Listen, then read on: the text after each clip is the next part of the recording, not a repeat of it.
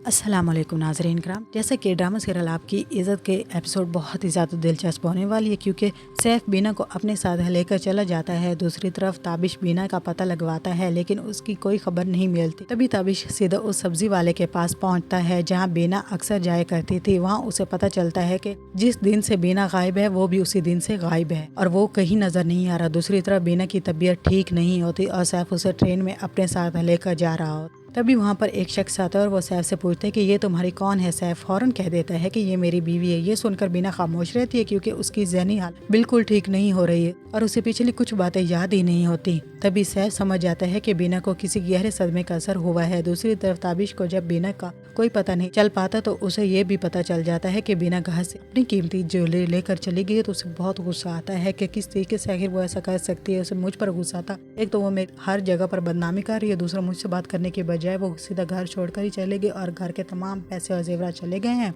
एक तो फैसला करता है कि तो उसे उसके हाल पर छोड़ देता है और घर वापस आ जाता है। जब उसकी माँ पूछती है कि आखिर बीना कहाँ है, तुम कहाँ पर ढूंढ रहे हो उसे, तो वो कहता है कि बीना जिंदा है, लेकिन वो किसी के साथ भाग गई है। मेरा पैसा तमाम चला जाए लेकिन मैं अपनी इज्जत बचा कर रहूंगा। वो अपनी वालदा से कहता है कि माँ जी, आपको पता है ना कि लोगों ने अपनी इज्जत बचाने के लिए कितनी जंगें लड़ी हैं, तो मैं भी अपनी इज्जत जरूर बचाऊंगा, चाहे मेरे पास कुछ ना रहे। तभी पुलिस इन दोनों तक पहुंच जाती है। सैफ वहां से निकलने की कोशिश करता है, लेकिन पुलिस उसे रोक लेती है और इसी दौरान उसके बाजू पर गोली लग जाती है। सैफ जमीन पर गिर जाता है और बीना भी ये सब देखकर बेहोश हो जाती है। पुलिस दोनों को थाने ले आती है। इस वक्त ताबिश को खबर मिलती है कि बीना पुलिस स्टेशन में है। ये सुनकर ताबिश फौरन वहां पहुंचता है और बीना को वहां देखकर बहुत ही ज्यादा घबरा जाता है और कहता है कि आखिर मेरी बीवी को यहाँ लाया किसने और किस तरीके से इसे रखा हुआ। ये सुनकर ताबिश सैफ पर भड़क जाता है, लेकिन तभी बीना उसके सामने आ जाती है, क्योंकि ताबिश सैफ को बहुत ही ज्यादा मारना पीटना शुरू कर देता है कि तुम्हारी वजह से मेरे साथ ऐसा हुआ। सैफ को बचाने की कोशिश करती है। बीना गुस्से में चाकू उठाकर ताबिश को अपने करीब आने से रोक देती है। तभी पुलिस वाला आगे बढ़ता है और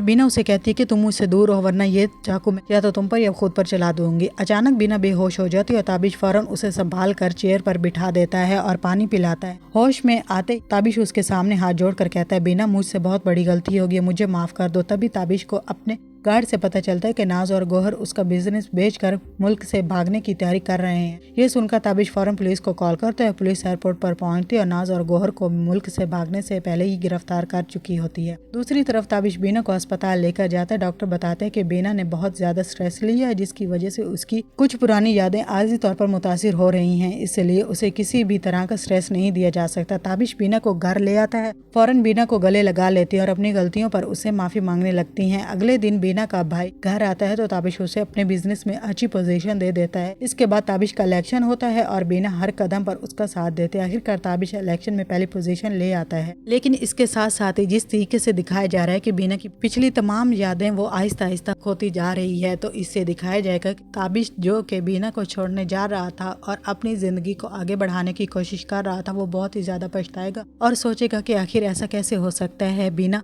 मैं तुमसे वाकई मोहब्बत करता हूँ, मैं भटक गया था, लेकिन तुम्हें ये कदम नहीं उठाना चाहिए, तुम्हें मुझसे बात करनी चाहिए थी। अगर बीना इससे उस वक्त बात करती तो ये उसी वक्त बीना को खड़े खड़े तलाक देता और उसकी कोई बात ना सुनता। आगे ये दिखाया जा रहा है कि बीना की जिस तरीके से याददाश्त जा रही है, अब ताबिश वैसे ही कोशिश करेगा उसकी तमाम याददाश्त को वापस लाने में। और क्या ये इसमें कामयाब हो पाएगा, हम आपको आने वाली रिव्यूज में जरूर बताएंगे, क्योंकि जिस तरीके से कहानी को दिखाया जा रहा था और जिस तरीके से इसका मोड़ दूसरी तरफ मोड़ दिया गया, ये बहुत ही ज्यादा दिलचस्प है, क्योंकि इसे दिखाया जा रहा था कि क्या पता ताबिश उसे तलाक दे दे और उसे छोड़ दे, लेकिन अब ये दिखाया जा रहा है कि बीना अपनी याददाश्त तो खो चुकी है, लेकिन किस तरीके से ताबिश अब अपनी गलतियों पर रोएगा, पछताएगा और बीना को फिर से वापस ले आने की कोशिश करेगा। ये बहुत ही ज्यादा दिलचस्प कहानी है नाजरीन। अगर आपको ये रिव्यूज पसंद आ रहे हैं तो चैनल को सब्सक्राइब कर लें, क्योंकि आगे आने वाले ड्रामों के रिव्यूज इससे भी ज्यादा दिलचस्प होने वाले हैं।